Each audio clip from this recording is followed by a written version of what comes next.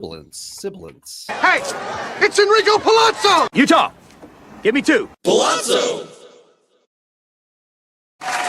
Utah, give me 2. 2L's2Z's Pallazzo Podcast. Michael Govier, Benjamin Chase, and Robbie Baseball here on a Monday night special edition. If you're watching this later, make sure you subscribe and like the video. Even if you're watching now, you can do the same. It is our 4th annual MLB first round mock draft. Very exciting. This all started back in 2022, Ben, when Phil, our pal, shout out to Phil Goyette, hope he's doing well, and you came on, and that's how it kind of got started. You were coming on during that time, and now it's your show, baby. This is, me and Robbie are just vessels. We are just vessels along for the ride. Very excited to be here, and I'm looking forward to it. We're going to do the entire first round, and you're going to lead us off. Are you prepared for that? I am. I am, unfortunately, have the first pick right now. But we'll get into that. You know, Jordan's, I checked it. Yeah, look at the timestamp on that comment. That man. Wow. 44. Yeah. Attaboy. He's been ready. 4 hours early. Excited. I appreciate it. I love it. I love it, Jordy. Great job. Great job, buddy. You're a friend of the show. We love having you here. He loves Jordy Nelson, too. That's why I call him Jordy. Robbie Baseball. Yo. Real quick, you want to say hello? Give us something to chew on for a minute? Some thoughts? Bombs away. Isn't that a big American thing these days? Okay. Oh. I'm Rage super Against Machine hat. Sweet. Yeah, that's, Hell come yeah. on point. I'm quite excited to go through this. Ben, do you have any idea how many picks we were correct on last year? We did 2 of these. One was yours, and we talked about what some others could be, and then we did we are the GMs. This is how we would draft. Any idea how many we got correct last year? I have no clue. I have 1. The first pick, that was it.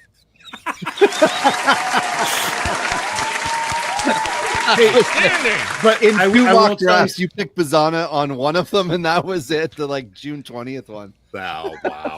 Outstanding. So I enjoy chatting. We've had him on here a few times. Carlos Pallazzo's been on here with us a few times. Yeah, and he has talked about his process when he does a mock draft. He's not really so worried about which exact player it is, but the reason why that particular type of player is going to be chosen. Yeah, makes a lot of sense. That's really where I'm going, and I'll tell you, that's where I am struggling, and we'll kick right into it. Govier flipped a coin, folks. This is not Ben took over and Ben is the number 1 pick. Govier flipped a coin. Not once did he flip that coin. Yes. He flipped the coin multiple times. Let's show the draft order so everybody can see it. This is the order we will go in, and Ben is the winner. He won the coin, although Robbie made it clear that it's a Canadian coin, so apparently there are no the coin heads or you tails. picked, the Canadian quarter. Well, I live in Canada. Makes sense. Which has 2 heads on it, and you called me for heads. The queen's head and the head of an elk. Well, or a caribou. Caribou. Well, I made a personal choice, okay? I said it was a subjective choice whether it was heads or tails. Either way, Ben's got the first pick, so we're going to turn it over to Ben here as the Washington Nationals. Look at that, are officially on the clock. Nice. So while he doesn't fit there, we need every pitcher we have to be 6'6" or taller frame. I was already very strongly between LSU's Cade Anderson and Ethan Holiday before the College World Series.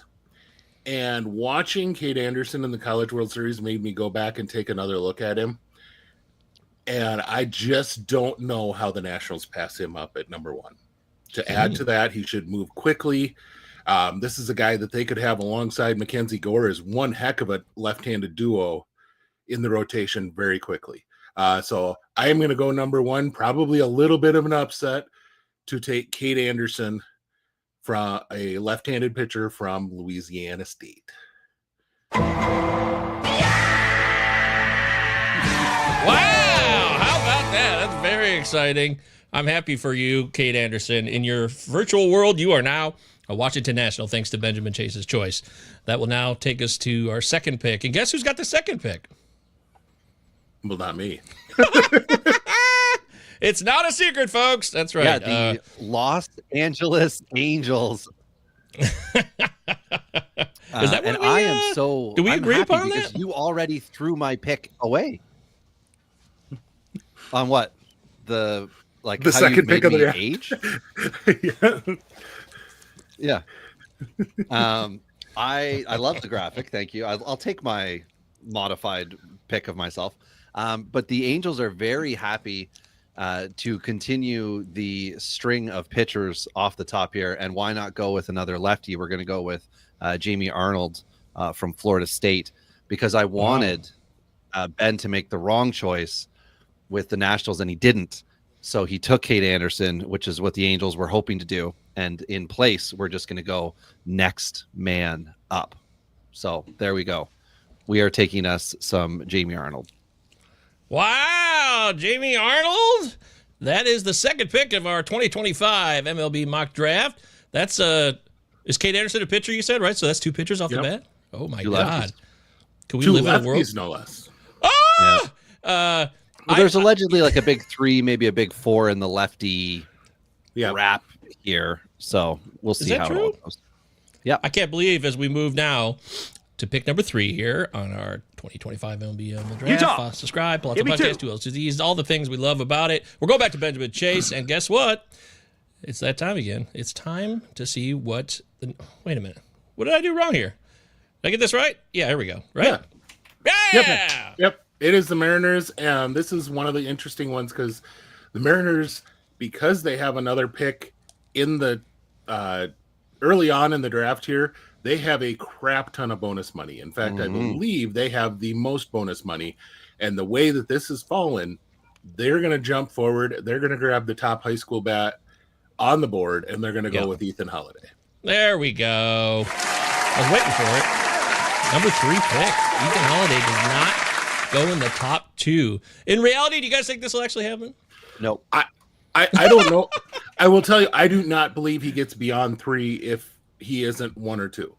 I think that I don't think that I do not believe that the Angels pick him, but it's going to be really hard for the Nationals not to. I mean, just imagine they're so obsessed with college. Imagine the fun of the crosstown rivalry with the two brothers. You know, that's I mean, that could be right there. Could be a fun thing, but I would love that. Holiday, you know, he's got the legit talent. It's one of those things where he's been the number 1 guy for quite a while in this class as far as the high school players. It works out really good for the Mariners because they got the money. So, well, I mean, hey, I would love to see that crosstown rivalry happen, but, you know, no guarantees here. Now is a special moment in the show here. I'm so excited because it worked out naturally that Robbie Baseball, the number 1 Rockies fan of all Rockies fan, got the 4th overall pick, which just so happens to be the Colorado Rockies, and they are now on the clock. Wow. Is that the NBA one? We're getting high tech. That's NFL, right? NFL. Oh, sorry. I know the the MLB Draft one has one. I've never actually watched it. I only talk about it. I'm sure all the listeners understand the CFL's chime more than the NFL's, but that's okay. Of course. The big league versus now I will say in real life here, the reason why I would argue that the Mariners wouldn't take Holiday is because he is meant to go to Colorado, and that's why I was hoping he would go, because his dad has the history there, and we know that the way that this kind of BS can go, where they're like, we're not going to sign with you, so don't pick them. We're going elsewhere. We know the money, blah blah blah. But Ben, you nailed it. They've got the money to even go overslot if they want to right here with them. We'll give you what you need to get you to become a Mariner, and look at what we've got, and blah blah blah. So although I thought Mariners might want to dip back into the college pitching arm thing, we did hit it pretty early. The Rockies having Holiday as the obvious option, not getting him because he's off the board right now. They're going to go to I just want to make sure I pronounce this right. It's not hard. It's only 4 letters. Oh, I know this one. Arquette. Yeah. Yep. The shortstop from Oregon. That's your okay. Victory lap certified. Take a victory lap now and say he's going to be the greatest baseball player ever. He's going to win you many fantasy titles. Okay. I think he could be super good. I also think this could be a real life Angels pick, but I also think the Angels understand that their pitching is completely eroded at the moment. And unless they're going to dip into free agency, the way that they've done it with their infield, which we've got to admit has worked out to give them players, the top picks coming up and now being in that lineup, you could argue they don't need to continue that trend and they could get some pitchers here. Colorado needs to impact bat. And this is a guy who's a smart hitter. So I think he would work out well. And Charlie Condon is, not a horrific player. He's working his way through this. So I think that they could add another college bat. Yeah. Well, I mean, he was supposed to be the slam dunk guy, but Nick Kurtz has kind of taken that over. And Caglione last year slipping to 6. We've seen weird things happen, right? So, all right, another Beaver makes the top end of the MLB draft. The Oregon State Beavers, huh? We got Adley and Bazana, and those are the ones off the top of my head. Very exciting time. I think if we can take a very quick time out, Ben, I believe that this is the transfer idea that has kind of created this monster where you get the super teams and therefore the most talented players.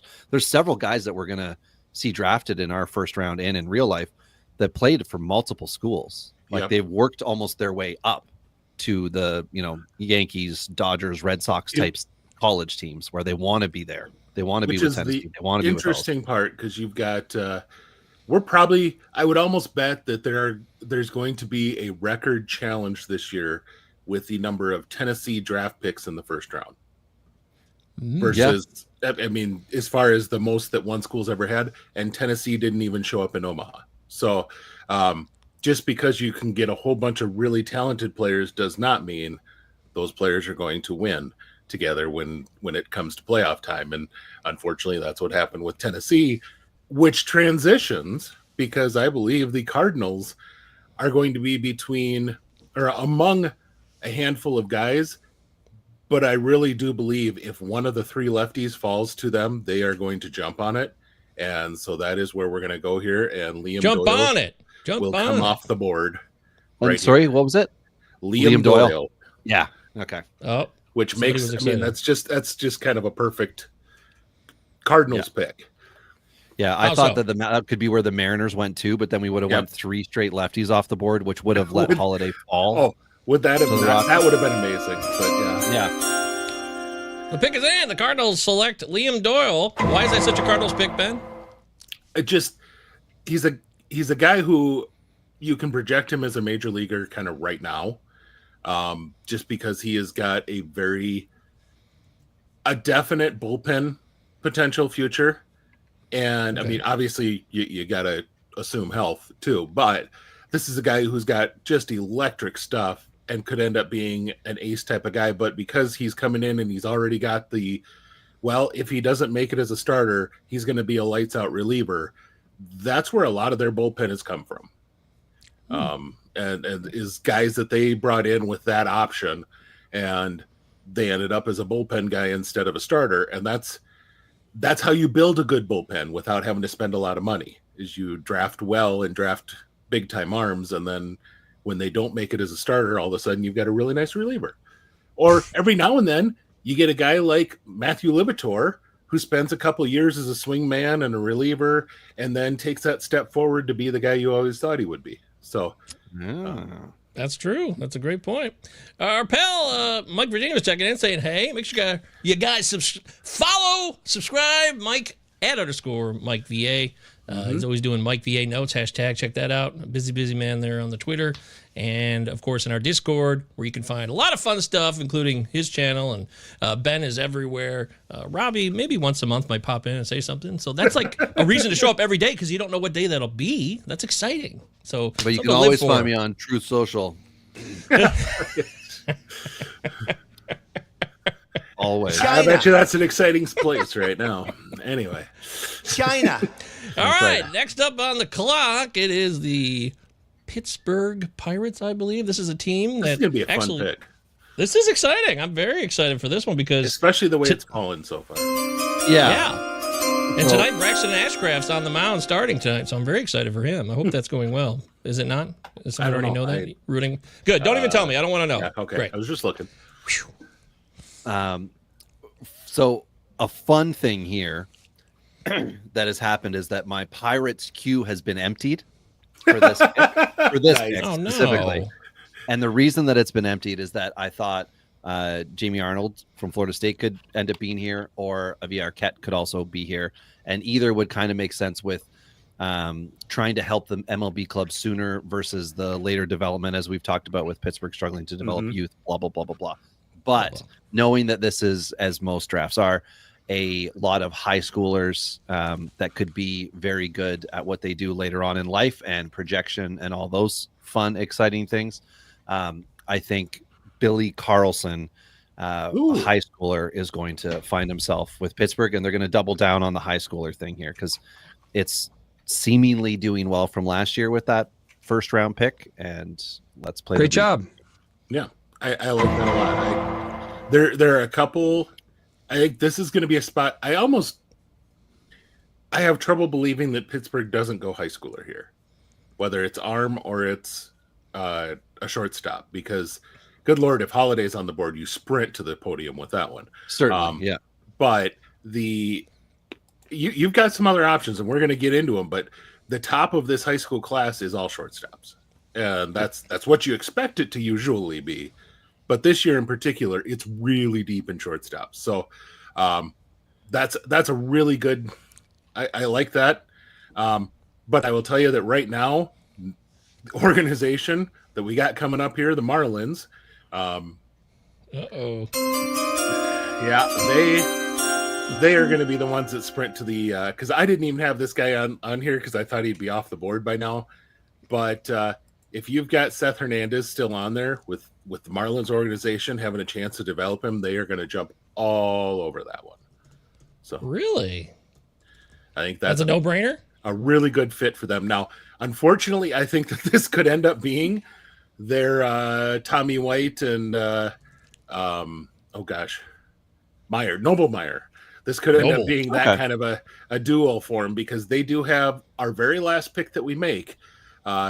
So it will be another player for them, and we're going to be in the territory where there's quite a few high school arms that make sense at the back of the first round. Oh, I've already got those guys locked on to teams. Don't worry.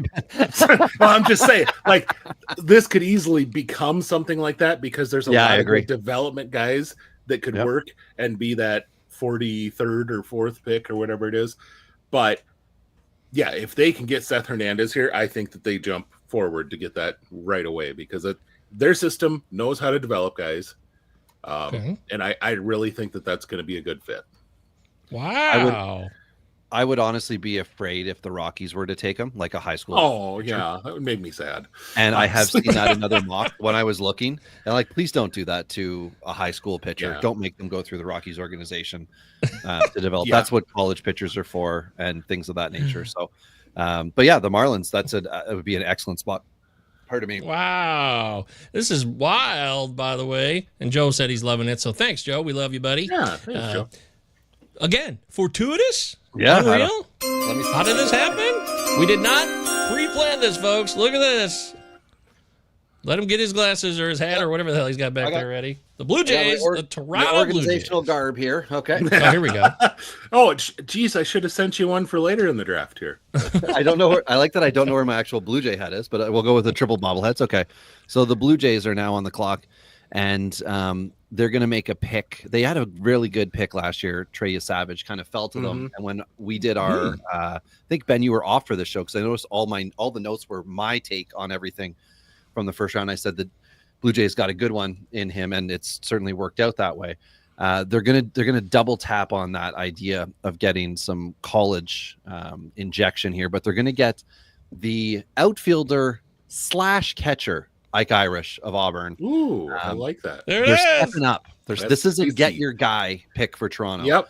And I think that they're going to do it, and it might be a little early, but this could all be part of the plan of you can get him probably under slot, and then the draft will play out. So I'm going with Ike Irish. You were so excited about saying this name, too. So are you Well, happy it's you because- get to make the pick? Ben talked about catchers, and I was looking at him first as an outfielder. And the fact that he has a catcher background, I think Toronto has already been happy to wash catchers away. Even Dalton Varsho. I mean, obviously Varsho's a good fielder, Gold Glover now. But I think Irish is a similar thing. This is an incredibly intelligent hitter with like elite eye at the plate and the ability to play multiple positions depending on what Toronto wants to do with them. If they want to fast track him, it's as an outfielder, and they could always be working with him as a catcher. Yeah. But I think it's going to be as an outfielder first. All righty. Well, we're going down to the Queen City. I spent a year living in Cincinnati. It was a wonderful time. Working overnights at a TV station. Go home at 10 in the morning, eat Burger King breakfast, and go right to bed. It's a really healthy way to live, folks. Trust me on that one. Ben, the Reds are on the clock here. I'm very excited to see where you take this pick. I think they're going to be really – this is going to fall kind of the way that they want it to. That there is a second-tier college arm that's the best college arm available. I think if any one of those top 3 lefties is on the board, that's easily their choice. But here's where it becomes a decision, and because he's still on the board and they have some money to play with, I am going to go with Eli Willits. Fudge. Oh, wow. Apparently, He's supposed to be a White Sox. I was just going to say, apparently I just really upset Robbie here. And the White Sox are upset over at their table. Everyone's sad? Why are you so upset? Well, this is why you don't lose 120 games when you don't have the for sure lottery choice. It's very true. I like the pick. I mean, I just like him, period, as a player. But I think, with the Reds, this is a good organization. They have also had good luck in developing, obviously not everybody, but in developing and advancing guys. And they're not a rush it organization. And I think that'll play out well. So it's unfortunate the Sox don't get the opportunity, but I do have a fallback that I like almost exactly. What? Are you kidding me? The Chicago White Sox? They're going to make a pick and it's going to be a proper choice too? Well, let's see. Robbie is making a proper pick for the White Sox. Let's be clear on this. Yes. Okay, Robbie, take it away. My 70-year-old face on the screen right now is happy to announce that the Chicago White Sox are drafting shortstop from Purvis High School, Joseph JoJo Parker. Woo! Is that just not the worst high school name ever? But anyway, I just Purvis. to have a guy named JoJo from Purvis, you're just like, JoJo, the idiot circus boy. Don't you go bringing up that one. Old Tommy boy for me. Now I will say on the idea with Parker here is that there is the potential, and I've seen it written about by a bunch of different teams, but the same idea that he's got a brother Jacob who is apparently a top 70 talent, or top 75, I guess. So we could see him taken by the same team as a double tap. It has happened before where organizations have taken high schoolers. The Blue Jays did it a while ago with teammates. It was the Jordan Groshans, Adam Clofton's team, like a long time ago now, almost 10 years. But that was a double tap where they took the first guy to get an underslot to get the second guy overslot. Maybe there's something that they could work out here. But regardless, the Sox don't need to go get college hitters at this point in time because no matter what they do, it doesn't work out. So make a legit talent here, a shortstop that you can bring through your system. You've got a lot of college arms. You're not going to need to rush him and see what happens. Wow. Okay. Well, can we do a review? We got 10 picks in so far here on the Pallazzo Podcast 2025 MLB Mock Draft. Let's do a review. Yeah, I'd love to get the first 10 picks again for everybody following along. Our Nationals opened up with left-handed pitcher Kate Anderson. The Angels then followed with another lefty, Jamie Arnold. Mariners made the first high school pick, grabbing Ethan Holiday. And then the Rockies followed by grabbing college shortstop Alva Arquette. And then Cardinals grabbed lefty Liam Doyle. And Pirates followed by taking Billy Carlson, a high school shortstop. The Marlins picked the first high school arm in Seth Hernandez. The Blue Jays then followed with Ike Irish, who could play outfield, catcher. Wouldn't surprise me if they try him at third. He's a really good bat. Then the Reds followed by taking probably the top high schooler remaining, which is Eli Willits. And then another member of that high school class, the White Sox picked JoJo Parker. So that's our top 10. There it is. Great job. Well done. We now move into pick 11 here tonight, and we send it back over to our main man. Ben, who was just talking. And it's a team that doesn't have a town. They do play somewhere, but they're just called the Athletics. No Oakland, just the Athletics. And if you want to see something really depressing, go watch a video that they just recently had of the groundbreaking in Vegas for that stadium. One of the best comments on that, I don't understand how they expect Dallas Braden and a group of small children to get the stadium built in time, because it is Dallas Braden and a whole bunch of children who are doing the groundbreaking. So, yeah. But he said the comments were like, hey, that sounds like about a John Fisher, willingness to spend on a work crew. Johnny boy. All right. So Athletics have the pattern, and actually this is a good draft to do it. That pattern of grabbing college hitters and doing well with them. And they tend to like guys who are not going to take a lot of work to get there. And that puts me, I kind of looked between two hitters here, and Irish was probably my top choice if he was there. That would easily be the top choice hitter-wise. Now I'm between two shortstops, and I'm going to go with Merrick Houston from Wake Forest. Oh. A choice here for the A's. I think he's very solid defensively and has a very, very high floor right there, and so will allow him to move pretty quick up through the system. Great. That sounds like fun. Merrick Houston is the selection. Congratulations to him and his family. Right now, they are sitting at home.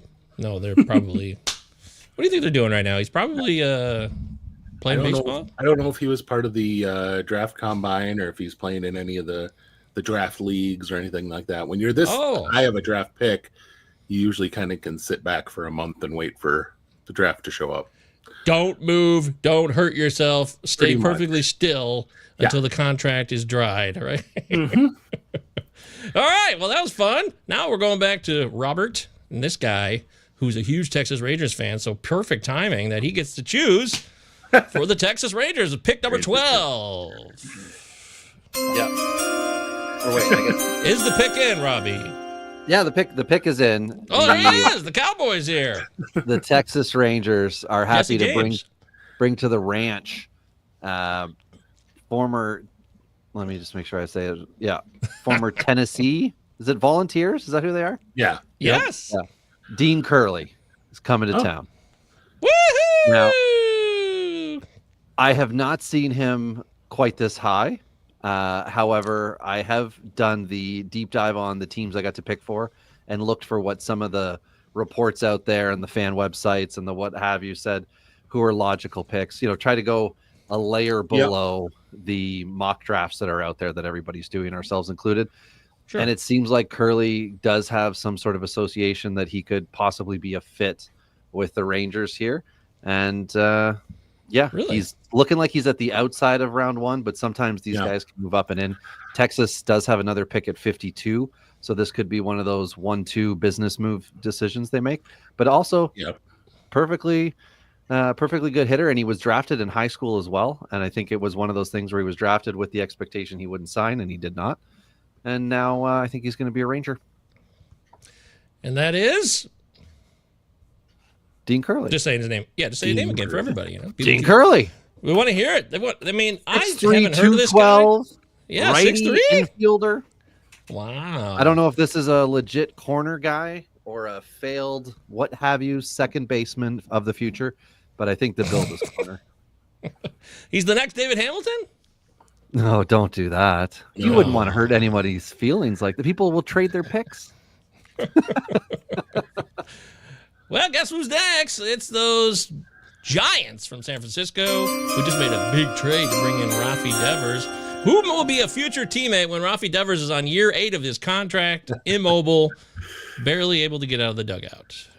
Well, it's a good thing that they have that ability. I really think it'd be an interesting pick for them to go with Kason Cunningham. Infielder. He's a shortstop, second baseman. I'm not sure exactly where he fits on the field. I think he honestly could play third, but there are very few people or few hitters in this draft who have the bat to ball skills that he does. It reminds me a lot of Kevin McGonigal when I watched him coming out of high school. Ooh. Just that he was really comfortable and made really good contact. I don't know that there is a 25 home run hitter here, but could be a very, very solid hitter. Man, what do you think of that, Robbie? Isn't that exciting? Yeah, I tried to leave all of Ben's picks blanked and then gave myself 2 picks.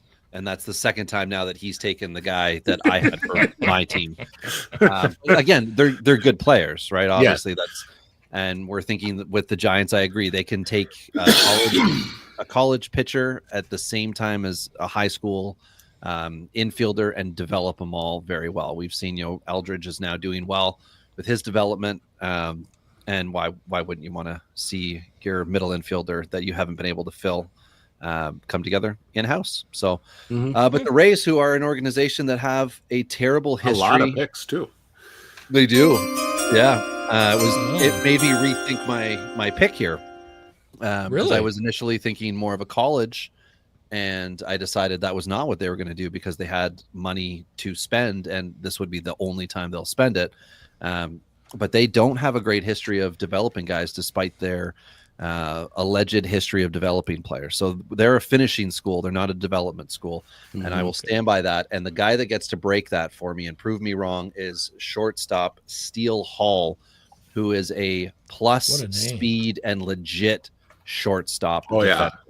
Frickin' stud defender. Yes, he is stated as the safe bet to stick at short, blah, blah, blah, which means he's probably going to hit 140. But he also has that speed, which means if you're the Rays, develop.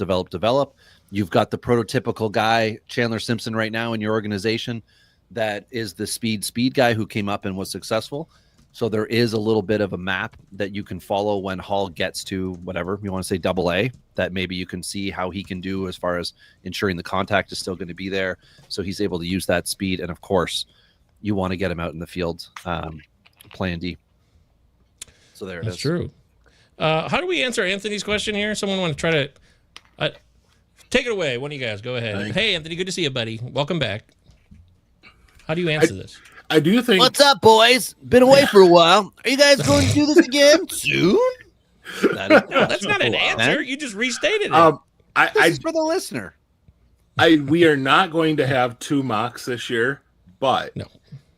I do believe it'd probably be a good idea, and I'll say this on the air. We're talking without having to plan this, but it would probably be a really good idea for us on soon after the draft, if not the Monday after the Sunday, the Monday after the entire draft is done, to sit down and kind of chat about how the draft went. And we did do that last year, as I said. But I think that was the one where you couldn't make it, and then we did a big recap after the signing, like after that signing period was done, just to walk through the entire draft, and then we picked out the guys that had signed over slot later on, the guys that were under, the interesting picks, blah blah blah, all that. So we'll recap all that. So there'll be at least 2 post-draft podcasts dedicated to making everybody aware of what happened and how that can affect us as fantasy dudes and dudettes. So thanks, Anthony. Great to see you too, buddy. Yeah. You can watch this anytime on YouTube. Like, it'll be here all the time. It'll literally never go away. It'll just be here forever. Okay? There you go. Unlike Aaron Hernandez. Oh, where did that come from? Word. It was like you were sitting on that, like you were ready to say it. It was weird. So I guess since we're talking about Boston sports, is that why we're going to that? The Boston Red Sox are on the. I am the master of transitions. Sox on the clock. I am the master of the transitions here. Last year, the Boston Red Sox sat back and watched a guy who was expected to go top 3 in Braden Montgomery fall right in their laps. This year, they're going to do the same thing with another Aggie. And right here, they're going to pick Jace Lavalette. Okay. Yeah. And it makes a lot of sense in their system. They can give him the time that he needs, or he can fly through the system, however he determines it. But I think this is a guy who would have been he came in as the top college bat, and he just had a crap season. And I think he struck out at like a 40% rate this year. So lots of not good things. But you saw in a couple of streaks, in fact, I think there was I believe that the Aggies swept Tennessee in Tennessee when Tennessee was number 1. And that weekend, Lavalette just went freaking off. I mean, he took Liam Doyle left and took him deep, which that's not an easy thing to do for a college hitter. But, he did that, and he had a really good weekend. But it was like the one shining moment of his entire season this year. One shining moment! Yeah. But this is a good fit with an organization who's shown that they can develop that and give that type of a guy time. They had started out Braden Montgomery in lower level minors, which then the White Sox then followed, and I think that's something they can do here with Jace Lavalette that a lot of other teams in this area can't, which would probably cause him to drop quite a few more picks if the Red Sox don't grab him here. Excellent point, Ben, because it's going to come up later when I have to reset for one of my teams here. So, yeah, let's move on quickly. The Twins are ready to make their selection here. Wow, they're jonesing. This is a Twins draft. The kind of guys they like. This is good. What happened to jonesing? Are people still jonesing for things? So that was what we used to say in the 90s. Man, I'm jonesing for a kudos. I think remember that's kudos? Cap. I think that's Cap has replaced it. And that's having Cap. Riz. Yeah. Oh, look at you. Riz, yeah, modern man from the past. I started to watch the Minecraft. Yeah, I started to watch the Minecraft movie with my 9-year-old tonight. 8 minutes in before I got distracted. Unlike the Twins, who are focused.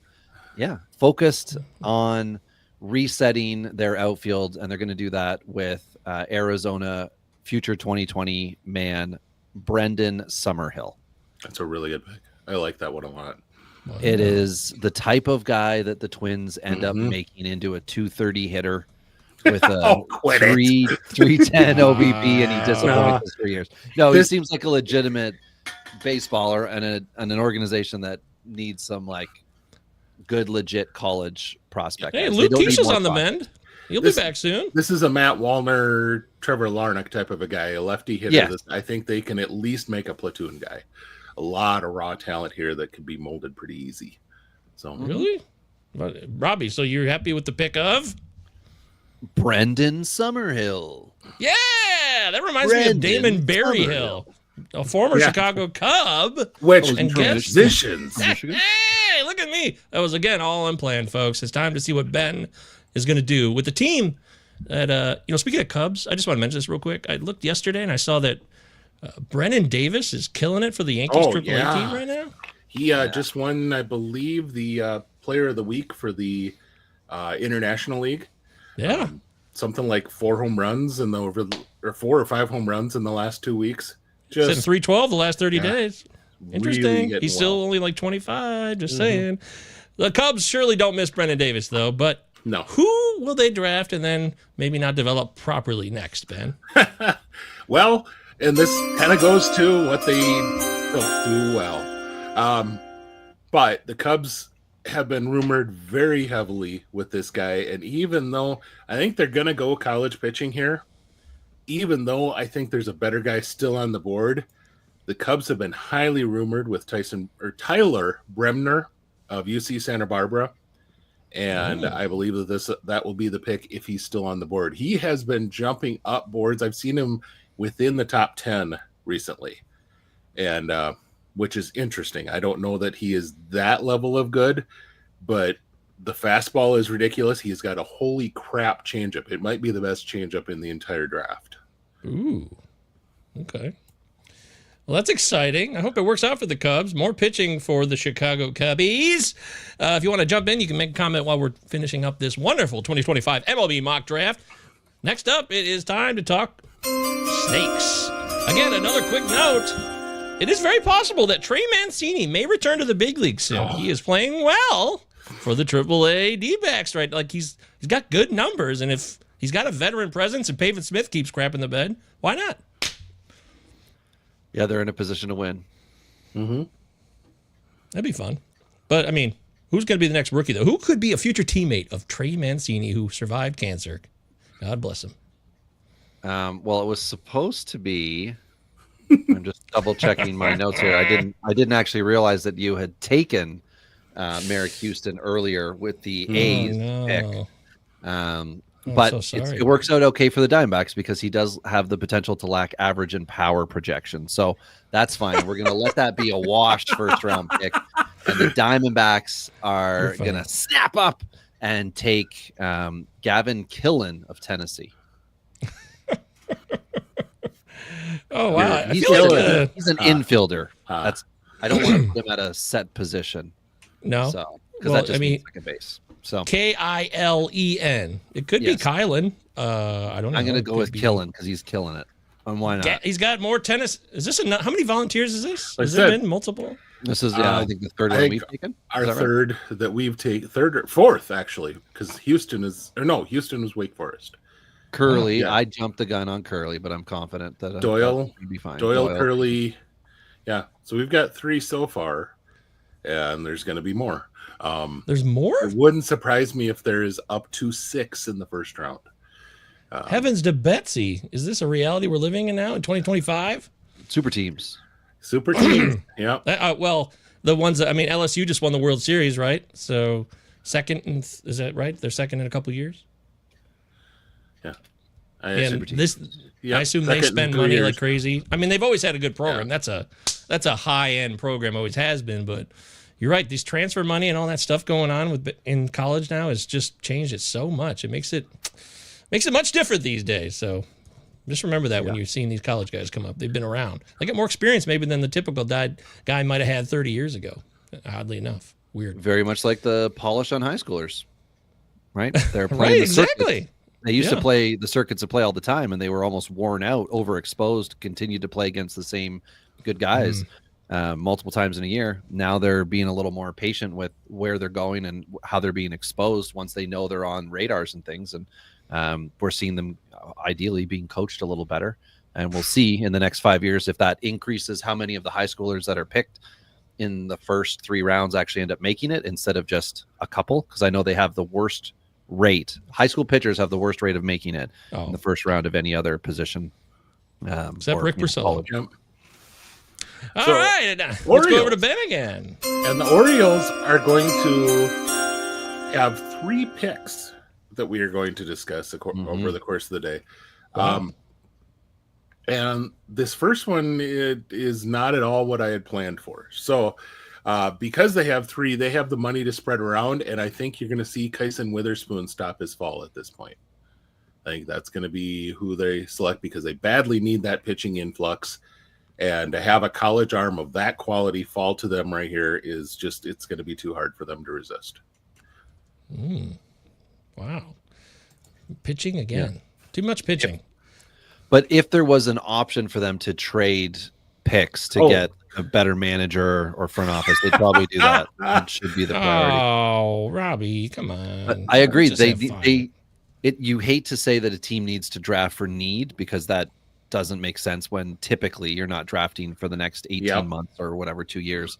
But this is a point in time at which the Orioles kind of don't need a whole bunch more infielder, outfielder type guys to be ready soon. Yep. But they could, be the benefit would be on the pitching end. So.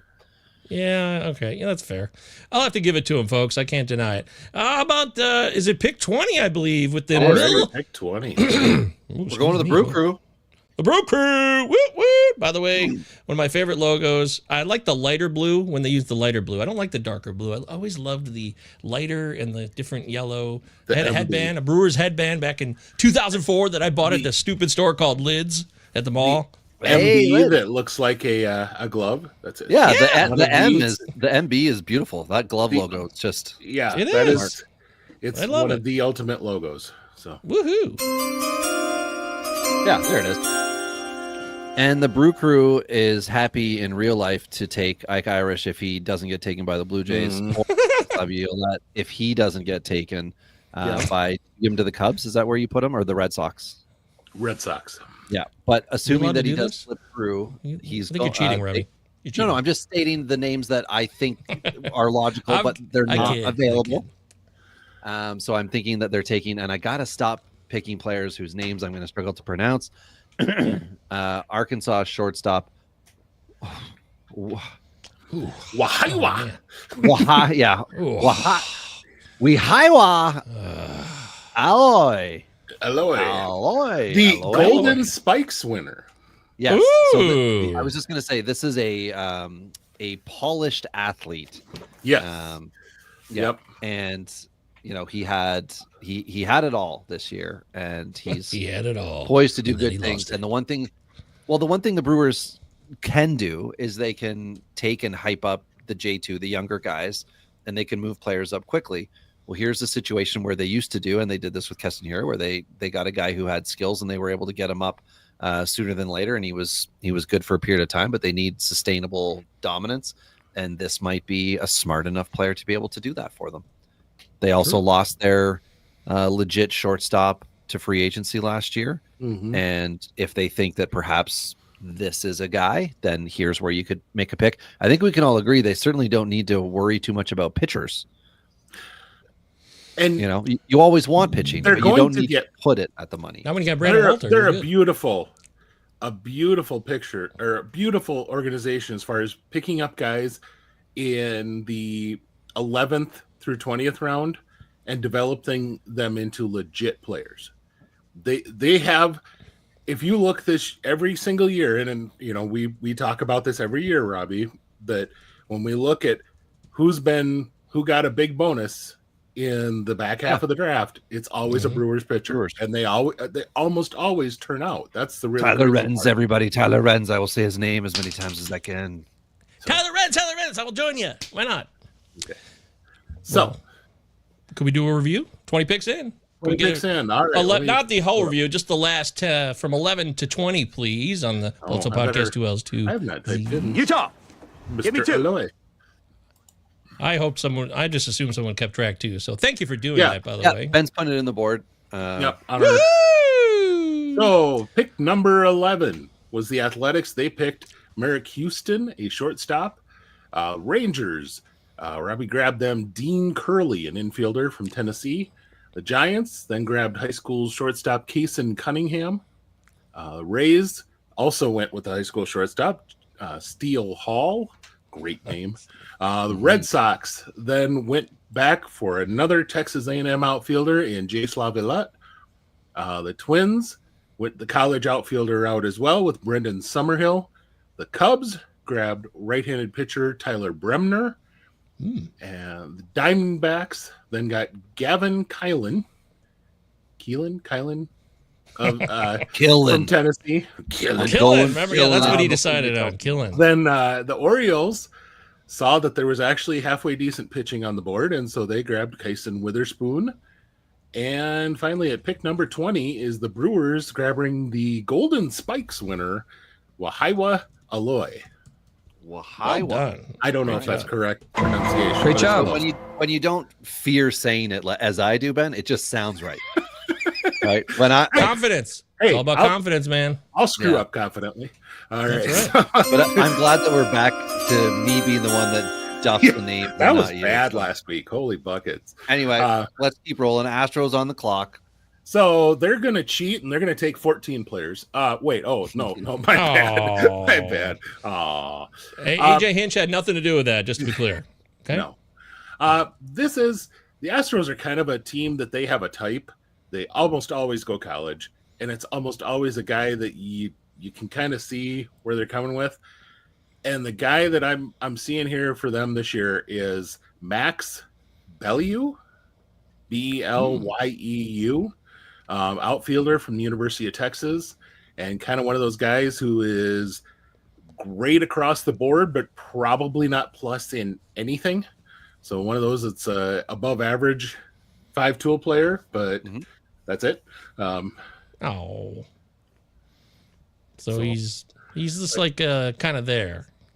Yeah, but they tend to develop those guys and get something out of them. I mean, they do fairly well with those type of guys. This is, your Jake Marisnik that maybe is really good across the board, isn't elite at anything, and they somehow turn that guy into a legit major leaguer. And sometimes it turns into more than that. So, but being a Texas guy, I think Max makes a lot of sense here. A lot of sense for sure. All right, let's go to the next pick. Now, this is tough because, boy, I know Ben's not been looking forward to this because it's out of his hands, folks. I would have sent you a hat if you would have let me know. I was just looking. I'm like, do I have anything? I'm like, there's my cowboy hat. I should have worn that for the Rangers. Damn it. And then there we go. I got you covered. Yeah, see, he's got it. Of course, Okay, he's got you covered. So. Okay. So That just doesn't look right. Look, Robbie on the that doesn't look right. It I is think awkward. it looks good. And this will be a sponsored pick. This will be the Jimmy Key official pick here. Jimmy I'll Key. put that back up later. Man, that's a throwback right there. Yeah, that's my Wow. childhood glove or my teenager glove there. Jimmy Key signed in the middle. Everybody. I had a Joel Youngblood for some reason. I don't know how he signed a glove, but that was mine. Yeah. Wow. This My pick- kid has Kevin Pillar. that's his like about first right. glove. My input on this is if the draft falls this way, the Braves are going to be really happy because a lot of the guys that fit what they like to do are still on the board. So, Well, watch me buck the trend here. I am going. Now, I've got logic behind the pick. The pick is high school shortstop from Mill Creek in Georgia, the Georgia boy, Daniel Pierce. That's who I'm Wow. taking for them. The reason behind this, other than the Georgia connection and the local scouts have probably been watching and they'll be really pumping it up, is they've had success with some high school guys in development, not all the way up and through yet. You know, you don't have 8 or 9 guys that have come through the system. But Sure. they've been doing the college pitcher drafting thing and trying to make those selections, but they're able to do that further back in the draft. That doesn't have to be their focus off the hop. They also could use some stability coming up through the infield. They do have a lot of those long-term MLB contracts locked and loaded, so that money is spent in positions. Exactly, but they don't have a shortstop locked up. And this isn't a little kid who needs to develop. This is a 6'1", built man, 100 or built teen, whatever. Good approach. The thing I love about Pierce that I keep hearing is just he is one of those baseball rat, coach's son, loves the game, loves the game, builds up his teammates sort of guys. Those are the type of high character guys that play beyond their skills, and especially in the lower levels of the minors. Now, Double A. That's a great way to describe Atlanta, playing above their skills. Oh, I don't know. They just allow freaking. Yeah. We'll leave this evergreen and not comment on the current game at hand. Sorry, man. Sorry, Well, we can comment on Braxton Ashcraft. 3 innings, 2 Ks, 3-1 Pirates. Woohoo! Yes, makes me happy. That would have been my Jesus Take the Wheel pick. I keep talking about it throughout the show. You missed that earlier? Remember I was excited? I'm just going to jump in and talk about it all show. Talk about him the whole time. Next up, who I you get got, to- Ben? I get the Kings. I wish it were Royals. Yeah, there you go. Hit those high notes, buddy. And they have multiple picks because of their work with Bobby Witt Jr. And for folks that don't know, you can get a bonus pick multiple years after the guy was a rookie. Yeah. If he came up in the prospect promotion era and continues to get MVP votes, which you would think that Bobby Witt could very well end up in the top or be a guy that's going to go well for the Royals as far as picking up extra picks over the next few years. And actually, Chad is right on the money with where I'm going with this pick. Exact player and everything. Because they have the money, Cruz Schoolcraft, who is one of those boys that is going to make Robbie drool, 6'8" and 230 pounds coming out of high school from the left-hand side. Yep. That's one of those. It's going to probably be a longer-term development, but one of those guys that they can slot into their system and let him slow burn up the way. And hopefully he and Cole Reagans can be a nice left-handed duo in a few years. If, Cole Reagans is Well, he'll be back by able then. to Yeah, pitch. he'll be back in 2 years. It'll be perfect. Well, yeah, there you go. It's perfect. So, but yep, that's who I'm grabbing for the Royals here. Yeah. What a I name. I had Schoolcraft going later in this draft, but still going, and 100% like you said, project guy. You don't want to rush this one. That's why the Brewers aren't interested either as well. They don't need to do that, and the Royals are never shy away from taking high schoolers. No. They at any position, catcher. Yeah. High school catchers. You ain't wrong. What do you guys think of when you hear Schoolcraft? I mean, does that make you think of anything? School, crafting, crafting at school. I mean, does anyone really crochet anymore? Come on. Some old person does, right? Cruz is the better of the names. But like KRUZ is much that more is a unique really than Schoolcraft. Schoolcraft is Who just else two two Zs? things together, but like Utah. Give me two. KRUZ, not Zed. Z, Zed. I'm Canadian now. I got to start saying Zed. It's just right. weird for me because around here in the Detroit area, the service drive of the interstate called I-96, it's called Schoolcraft. So it's just weird. So it just makes you think of Schoolcraft Road. It's such a ubiquitous term over here in the greater Metro Detroit area. So it'd be fun if he became a Tiger. But that didn't work out. As we move to the next pick, it is now time to see what Robbie can do with my Tigers. Go Tigers. What will happen? Will it be a game changer, or will it be like last year where they take a longer term player who could be great down the road, but just not right away because he's a high schooler? The Tigers have multiple picks on the board for us tonight. I believe they have a multiple of two picks tonight, and their plan is to get a 6'6", 250-pound man on the mound in Alabama's Riley. Don't call him slow. He quick. Riley quick. He can throw that fastball 98, but the big thing, the fun thing, is a sinker in the 90s with a lot of sink on it, which makes me wish that Colorado could trade back and get him later in the first round. But that's not how the baseball works. That's how some of the other pro sports works with trading picks and things to get your guy later. But this to me looks like a Tigers quick study and somebody that could move up. Oh, okay. Yeah. Oh, I didn't even realize that one. Wow. Jeez. That one got by me quick. There you go. But yeah, this could be to me a guy who is better early. Like he's 21 right now, so he's going to be. This is his time with his body where it is.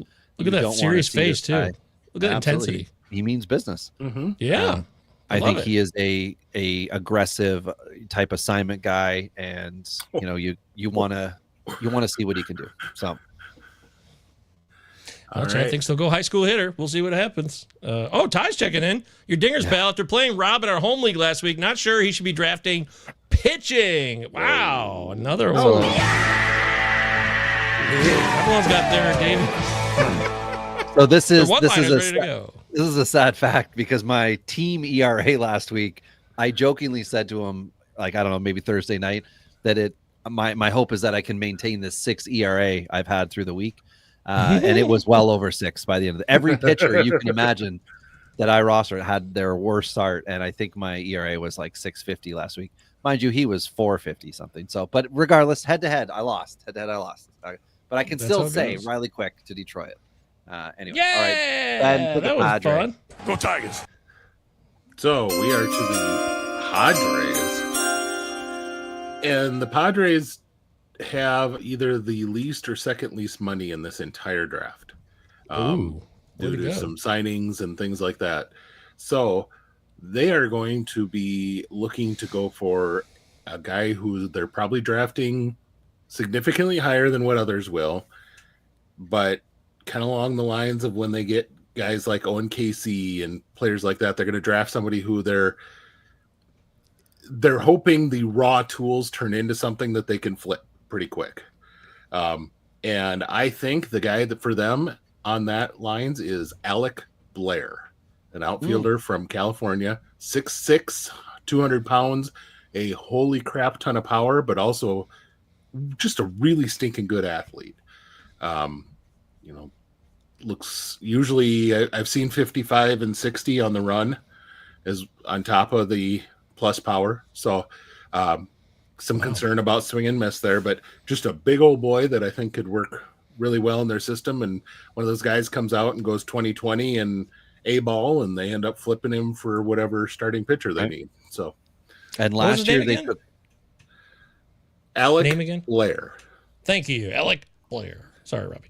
Yeah, that's okay. Last year, the Padres took 2 high school pitchers early, and both are now pitching. I don't know if it was injury related as to what slowed it up, but Cash Mayfield is the first one, and the second one, the name's gone away from my brain right now. But yeah, those were decisions they've made, and like you said, Ben, they are not at all afraid to trade a prospect if it makes them more better when they're ready to do that.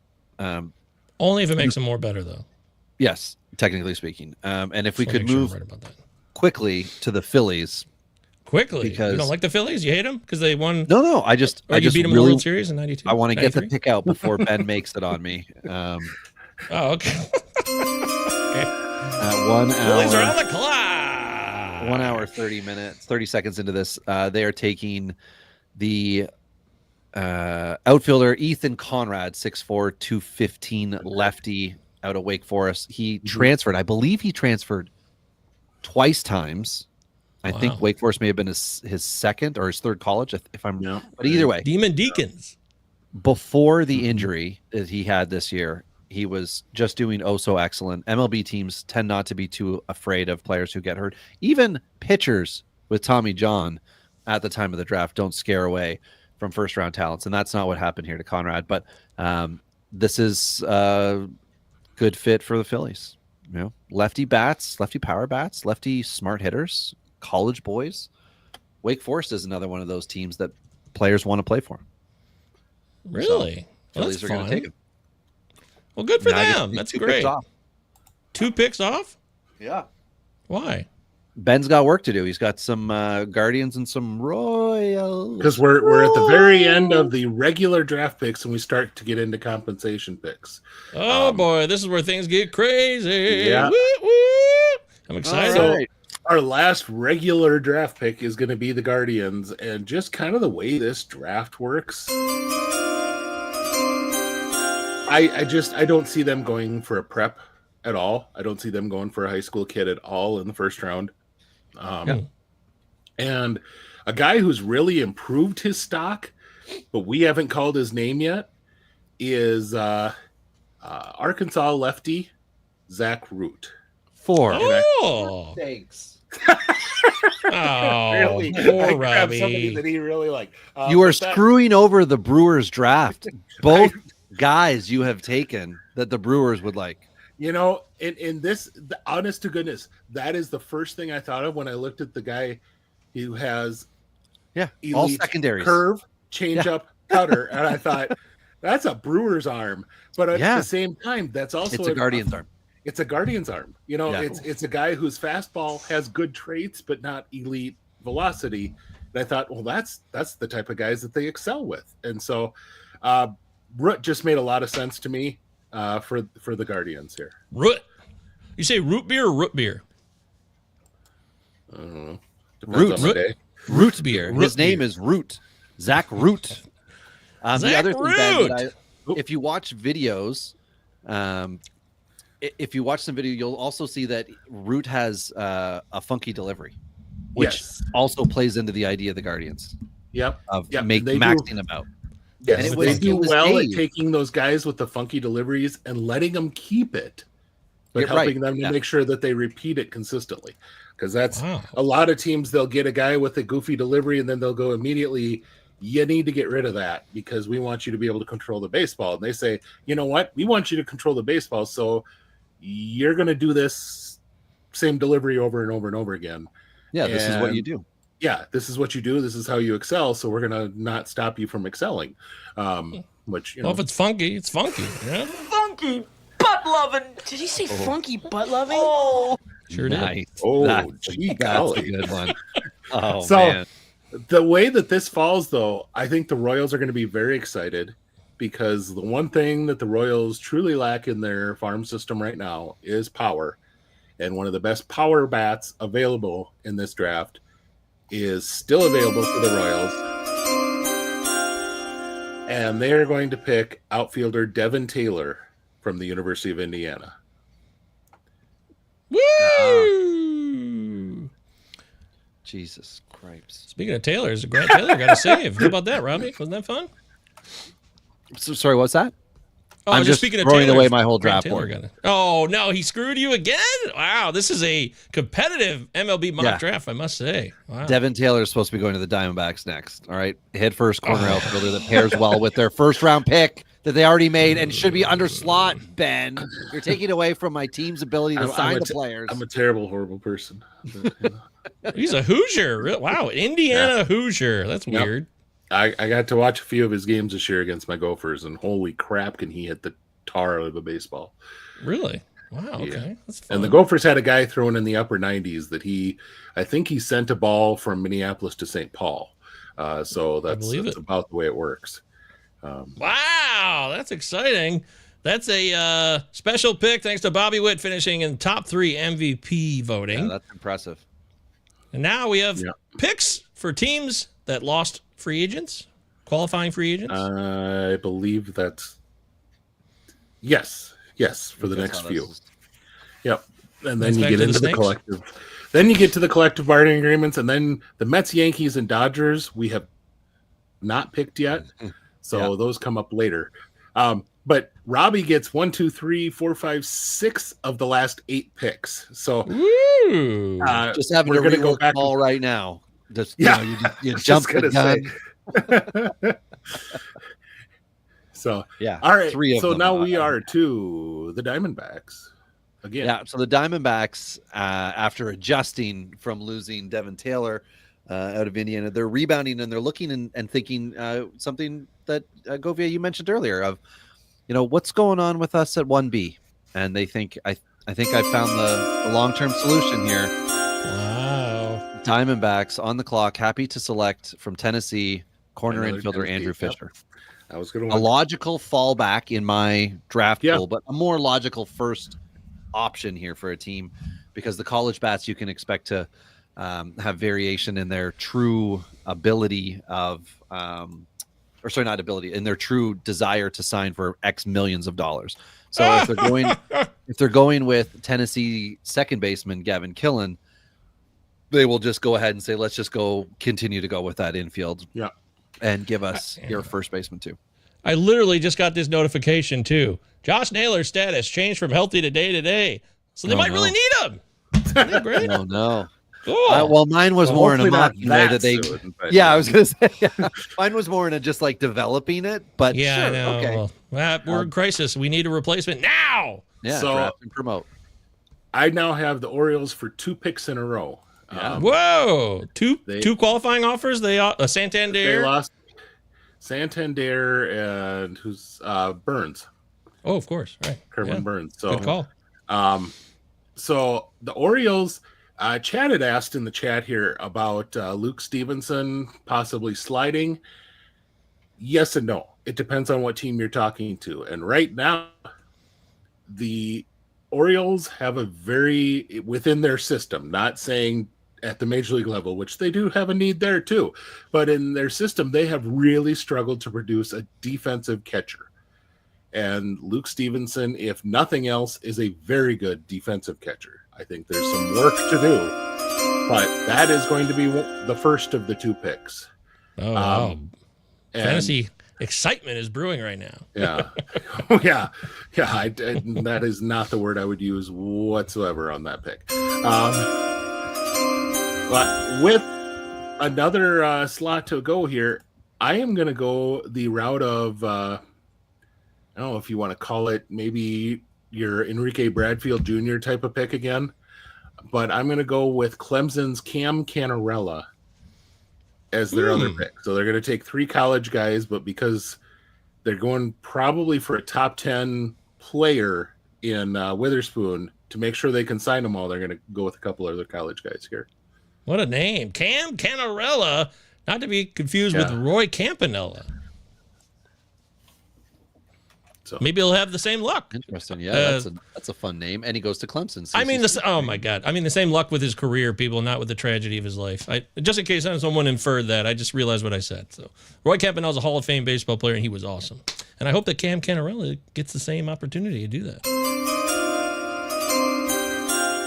We good? Right? Yes. Okay. Now Robbie is on the clock.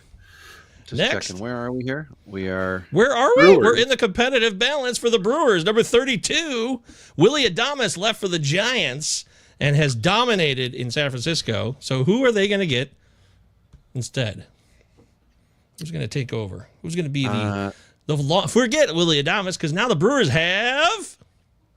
Well, it's supposed to be Zach Root, but that got taken away. And then I was just confirming on my notes here for Slater DeBrun, the outfielder. Slater DeBrun. High school outfielder from Bend, Oregon. Yeah. Yes. But I'm trying to find my notes on him, and I don't find Where are your them. notes? So I I didn't link it all together. My opinion. Okay. If you liked Slade Caldwell last year, you're going to really like Slater DeBrun this year, which is really funny because Slater, that's just kind of a fun combination that those two are very similar ball players, but they really are. 5'10", 190. Yeah, you're right. Webster Northwest guy. And then I open up Pipeline and they actually say exactly that. That's great. Pipeline flat out says that in the top first paragraph of their description on him. You nailed it, Ben. See, that's how good Ben is, people. Look at that. Caldwell. Says it right there on the screen, folks. Ben is a wizard. Great job. Great job. Don't worry. I think I've seen that same thing on 2 other websites that did not give credit to MLB.com for that. Same idea. The comp to Slade Caldwell. So, someone's the original, whether it's MLB.com or not. Yeah, I'm not saying I am by any means, but I don't think Slater gets that far, but I do think they take him if he gets there. There you go. Yeah, it's more of this is where they get to prove their worth on the developing the young guys, and ideally, as I mentioned, they would double tap on other guys who have been taken already. So, but yeah. And now what, Ben? You got a Red Sox? Oh, I got a Red Sox, and because I'm going to let them go after some big power guys and let them develop those guys. We got Laviolette already, and I'm going to have them picking Xavier Nyans from Washington State. Currently third base. I think he might profile better as a first baseman overall, but very solid. Reminds me a lot. And this is not just a Braves thing, but reminds me a lot of Matt Olson, a guy who got drafted as a third baseman, has the frame for first base, right-handed, left-handed hitter. Just a lot of similarities there. I do see a note balance round A that he has on the caution side is the fact that he's super patient, almost poorly, that he's not necessarily seeing pitches. He's just taking a pitch regardless. But that he also has swing and miss, which really spells some trouble. At the lower levels, it'll look good. He'll have really good OBP. And then as he goes up, he's going to need to have made adjustments. Otherwise, he's all of a sudden going to have a ridiculous K rate, and the OBP is just going to get wiped out. But as an 18-year-old, you got a lot of time to develop that. And he's not little, right? 6'4", 200. Yeah, man body. So we are... Do we have 3 more picks then, or are we doing? No, we still got a bunch more actually. Yeah. Oh, 1, 2, 3, 4, 5, 6, 7, 8, 9, 10 picks to go. We're doing all these here, right? Correct. Yeah. Okay. Tigers all the way through the. Yeah, it's got the Dodgers and the Yankees picks and the Mets, who we haven't seen yet. Yep. Correct. Okay. All right. So the Tigers are back on the clock. Yeah. Yep. Back to the Tigers. They took that guy with the serious face from Alabama, pitcher. I remember that. Yep.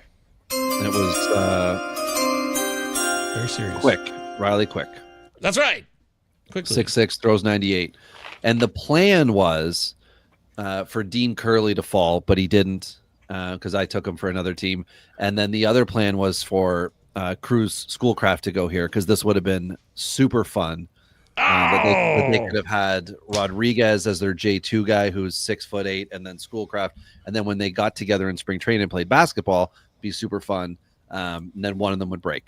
But the fallback pick is that they're going to go back to doing what they've had success with recently, and they're going to go with, I think he's outfielder Landon Harmon, a high schooler. Do I have that? Do I have my note right? Correct? Is that true? Did you just make that up? Harmon. No, I don't. Another pitcher. High schooler. Harmon was a pitcher? Landon Harmon? Am I making that up? No. They do have him listed as pitcher only on here. Yeah. Sorry, right-handed pitcher, East Union High School. Yeah. My mistake. But that's my pick. Sorry, that was my pick. My mistake was that I had hit outfielder. That's why I hesitantly said it. So this is Max Clark following the footsteps of, and they've got Jackson Jobe was another high schooler guy following the footsteps of. Let's see what they can Bryce do. Rayner last year. Bryce Rayner, thank you. That was the one I was forgetting. Mm-hmm. Oh, that's why I'm here. So, go Tigers. A history of Tigers. By the way, this is a fun note that Mississippi rarely produces prep pitchers. There's been one other prep pitcher selected in the top 2 rounds since the turn of the century, and that was JT Ginn. That doesn't. Only in the top 2 rounds, though, so I don't know. Well, let me see. I'm pulling it up real fast here. Oh, he's got to know. What's the truth on this? Thinking of.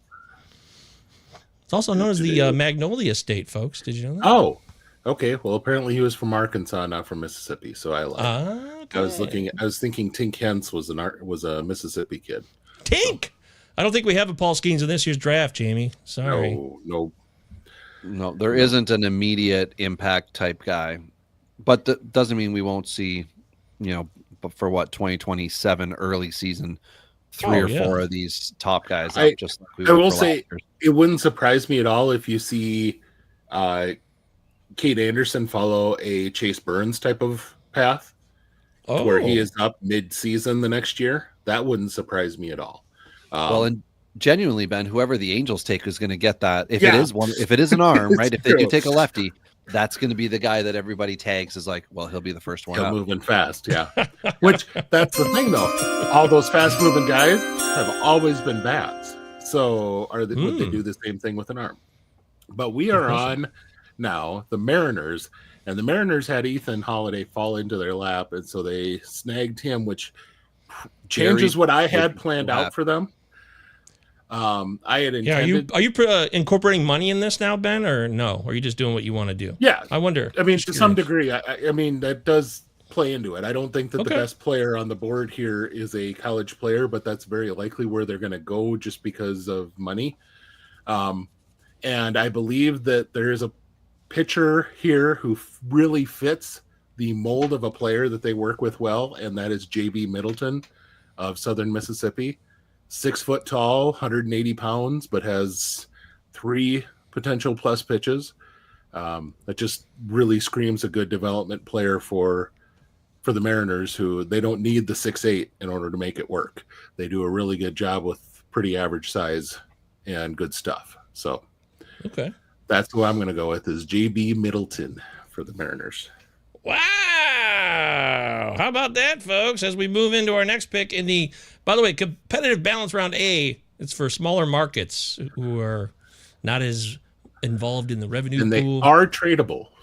Yeah, that's why the Red Sox got theirs from the Quinn Priester trade, which I don't know. Maybe the Brewers got the better end of that deal lately. We'll see. But the next pick is the Minnesota Twins, the Twinkies. What do you have to say about that, Mr. Baseball? The Minnesota Twins are proud to select 36 overall right-handed pitcher from Louisiana, Patrick Forbes. Yep. I was just going to say. That was well done, Robbie. Where logic meets really opportunity. Yeah. That is with their current pitching ideology, that is a really, really good pick. I like what they do. So thank you, sir. Wow, now, Robbie, you got 2 more here. I'm a triple tapper. Triple tap, baby. Fire. Boom chakalaka. Yeah. He's eating up with my second pick. He's heating up. I think I really sound like that guy. I think I do. Do it again. I got paid for that. He's heating up. Not bad. Not bad. You want me to play the audio? Come on. I immediately envisioned passing. Wow, what a compliment. Passing to Gary Payton. I was just saying, I just immediately envision Scott Skiles and Shaquille O'Neal. Scott Skiles. That's early O'Neal. Single game assist record. That How was many one of my Sean? Gotta be Orlando. Anyway, How many okay. of, Sean combo on Kemp's that kids game. were in the audience. So The Tampa Bay Rays are proud to select 37th overall infielder, outfielder, Sean Gamble, IMG Academy. That's a good pick. wow, Sean Gamble. That's exciting. Taking a risk. Spending the money. But the gamble. Yep, Taking the there you risk. go. Spending the That's money. right. This gives them their second high schooler. Steal the shortstop being their other, and then they can see what they want to do with Gamble. We can always go back to the Ben Zobrist BS from, over a decade ago. They love the multi-position guys, right? They want to move everybody around. Well, every team would like to do that. Sure. Thank you, Chad. He nailed it. He said, taking a risk, maybe even a gamble. Thank you, sir. There it is. Excellent. Everyone's doing I would have it. thought of that 10 minutes after we finished recording. Yep, and I already said it. So Yeah. we're really Everybody's got it. really driving this one on the ground. Am I correct on this, Ben? You have the Mets pick? Nope. I got the Shit. Mets. Got the wrong guy on the cover. Damn it. That's okay. You still No, do I it. can't live okay. with it. I can't live with it. I got Gotta the fix it. Yankees. You got the Mets. So This is Okay, very, okay. this is very much Ben would make this pick. So the Mets are proud to select 38th overall, gross, catcher Caden Bodine from Coastal Carolina. Woohoo! I love it. Tough loss. I love the player. Love the player. But God, I hate that pick. Tough loss in Like, the World Series. It makes a lot of sense, but I hate that pick. Jordy, Yeah. there you go. I take a gamble every day eating gas station food. Gotta do that sushi, baby. Yeah, Now, I was if just you're going in to say Canada, gas station sushi. Yep. anybody in Canada, if you can, get yourself a gas station donair. You won't regret it. They microwave up quite nicely with the Really? donair sauce. Yes. Where can I get that at? A Any particular gas station? Any I gas don't. I mean, in my childhood, it was the Esso in Wawa, but I don't know where okay. it would be now. So, but Donair. the Donair, everybody, if you don't know, look it up. I know what it is. I've seen it. Yeah, Leanne had explained it to me. I saw it in the frozen food aisle one day. I'm like, what the hell is this Oh thing? wow, it makes Yeah. no sense No. as far as how it all comes together, but it's delicious. and on another night we can discuss it. But anyway, Okay. that's my 3 picks there. The Twins taking Patrick Forbes, the Rays taking Sean Gamble, and the Mets taking catcher Caden Bodine, which would technically be, was that the first real true catcher, unless No, we're counting I took Ike? Stevenson You did take, Yeah. okay. for the remember? Orioles. So. Defense you. first, That's boring great. for fantasy, but good pick. That's right. So Yankees, what do they pick and do well with? They do well with SEC arms. They really like those guys. And they had there was a guy who put together maybe one of the best starts you've ever seen in Omaha this last week.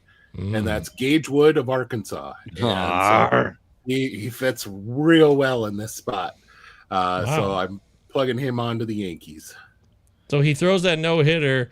I saw a silly post. Maybe so they really seem silly if he fell this far.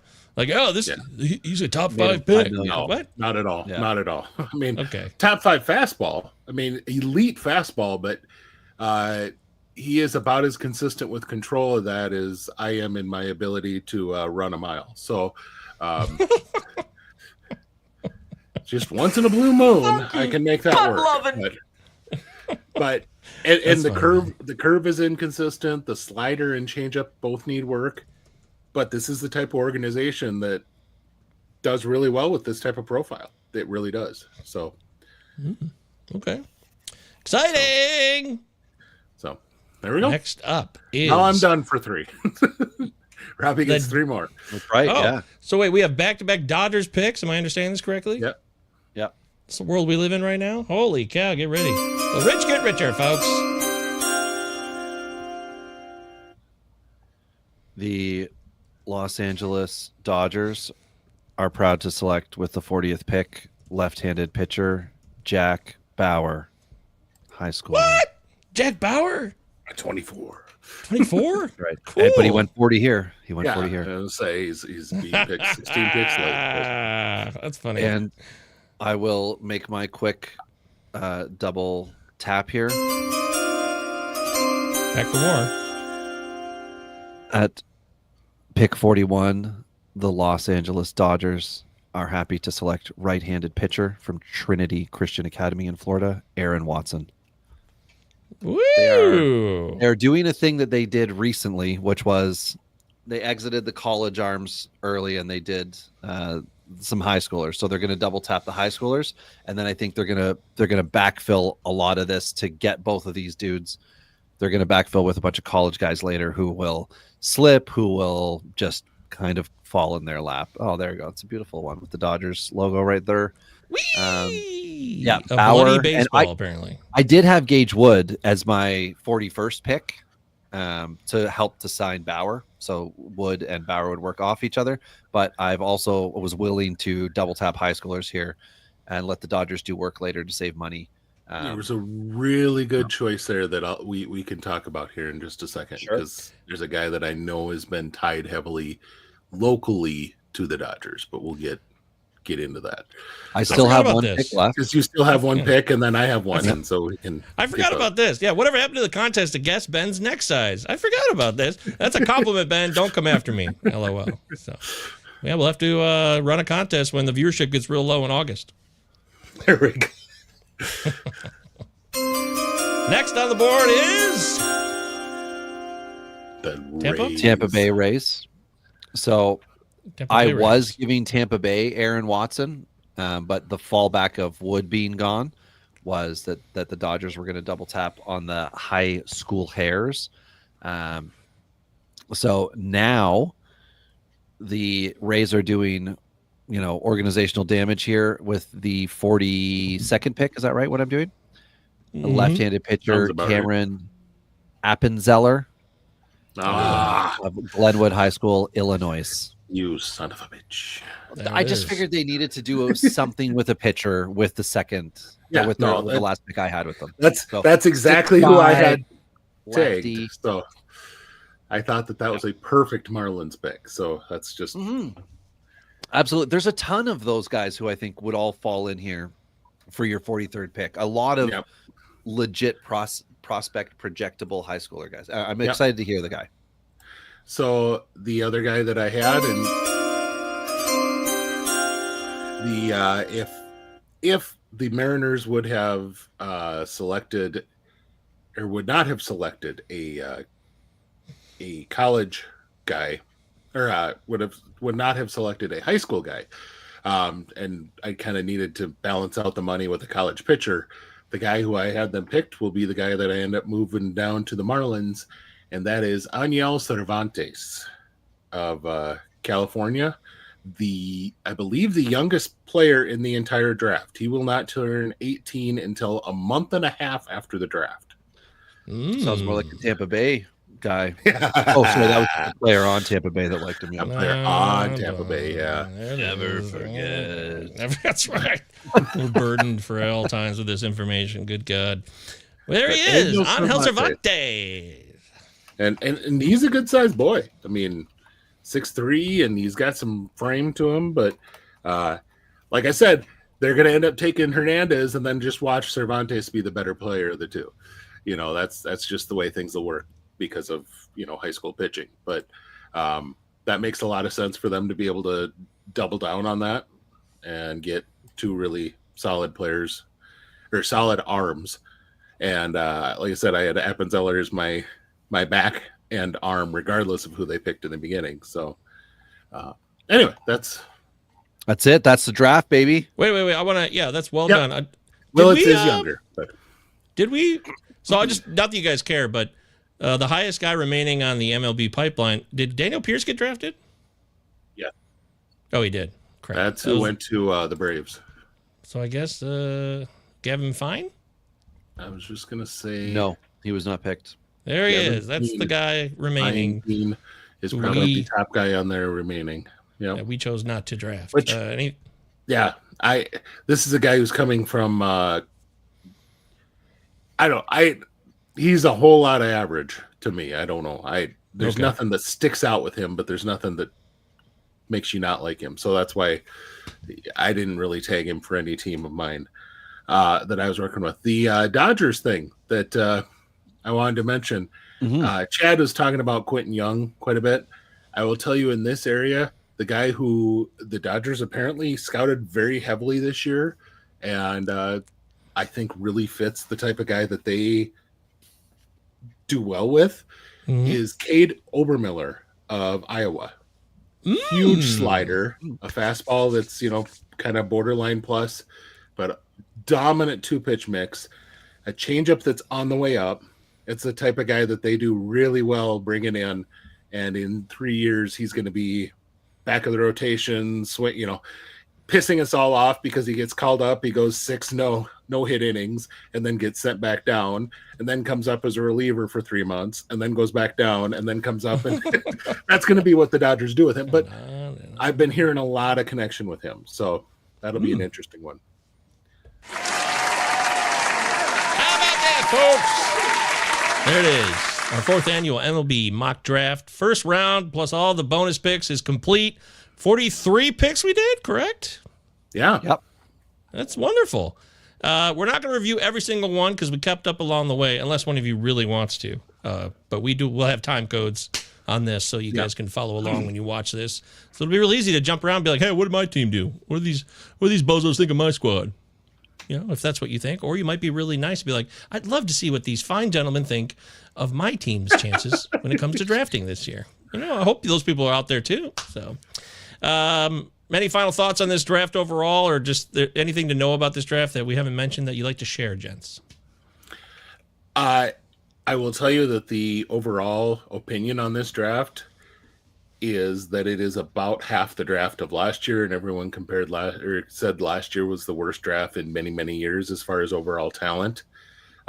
We've already seen multiple players from that top half of the first round make it to the majors out of last year's draft, which kind of tells me maybe we weren't working with the absence of talent that everyone assumed that we were. This year, I think there's a lot less quick moving talent because you're leaning a lot on, there's a lot less talent as far as college hitting. So you've got a lot of college arms. And then I do believe the high school class in this draft is very deep, and it could be very, very good in the end. It's just going to be, we won't know until 2030. So right, that's the tough part with a draft like we have this year, but it's really not gotten a lot of high marks from scouts and whatnot. So just something to think about. I think we had 18 high schoolers of the 43 picks also. That sounds about right. From what I just very quickly tried to count up here. And I mean, this is the way that MLB teams logically do things now. They're more than happy to let college bats or college pitchers slide later, and they don't let them slide back to the 7th or 8th round. They'll let them slide back, inside the top 4 rounds, 5 rounds, top 150 picks, if you will. And they'll get those guys. And those are the ones that we're seeing come up. And then they are the future Chase Hamptons who make waves. Now, Hampton, of course, got injured, but there are other players like that who can come up that we're not discussing tonight and be the dominant ones in their class. And this is one of those classes where we certainly see high-end pitching talent early, and that means that there's going to be a whole bunch that's being overlooked when you do mock drafts and your own drafts, the actual MLB draft. And we're going to have to see what happens. And one of the things we love to do is watch where these guys get assigned. If they do in fact get assigned, it's very unlikely high schoolers get assigned post-draft after the college guys sign. If they do, it'll be complex. So right, yeah, they're somewhat hidden back just to like get welcome to the organization kind of thing. But the college guys are the ones who, you're our players. Let's roll. Let's see what you can do. I hope that it doesn't, I would like us to be, one of the things that happens here is we are wrong on our picks, because as soon as one person takes a player that we would like somewhere else, the whole draft can get thrown out. But that's how it works. That's why mocks are silly. Yeah. But it's just good to talk about the players and then get a little bit of fantasy relevance to them. And yeah, we shared a lot of, this is why we're picking this type of player in this spot. And that's, to me, that's as much what a mock is as the actual player in the spot. But it's, why are you picking this guy here? The Mariners having Ethan Holiday follow to them when they have all kinds of money makes perfect sense that they would take that risk then and go for Holiday rather than the the sure of a college pitcher, because they can develop college pitching very well. This draft has got a lot of college pitching. No doubt about it. Watch this, that's one of those things that happens with a mock draft is things happen and you got to respond to them. Just same thing that happens in the real draft. It's silly. It's a silly exercise, but it gives you an idea. So, yep. Lets us know, and you guys can get some better insight. We have fun with it every year. It's a lot of fun, but we do take it serious enough where this is what we think would happen if it goes the way it goes. So enjoy it for what it is. Make sure right now we have 450 people watching. So thank you so much for watching right now. And the people that watch afterwards as well, please subscribe. Like this video on YouTube specifically. That's where our real bread and butter is. So if you just come to YouTube and give us some love, we'd really appreciate that. Subscribers and likes. You know how that works. I'm sure you watch other videos. So if I might say, I see some horrific baseball content that gets promoted on my own YouTube that just comes across my algorithm. And when I say horrible, I mean they give you no real information, but they have 14,000 views or something ridiculous. Ben and I went into, look at how Govier produces the shit out of this. We're putting some time into this, and we would love the reward, which is what Govier is asking for, of the like and the comment or the share, simply because it's work. We're not making fat stacks off this. We're simply doing it because we enjoy it. I love this for my own fantasy baseball prep in getting ready for my drafts that start as early as August and then end up going all the way through to March. But it's just good to be talking baseball, and I love doing it with you guys. So I would love to see the videos blow up a little more because like I said, I see some real stinkers out there. They're giving a lot of useless information or they're just genuinely reading off of somebody else's scouting report. So I always question if people have ever watched the video of a player they talk about, because most often they're not. They're reading something or they're looking at a stat line. Or they watch YouTube highlights. That is not a real player or a real evaluation of the player.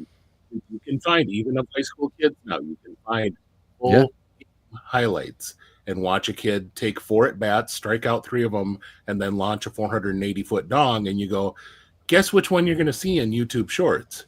It ain't the 3 strikeouts. A lot of high school dongs, Ben. Is that what you're saying? Boy. Time to end the show. Don't work. Shut up!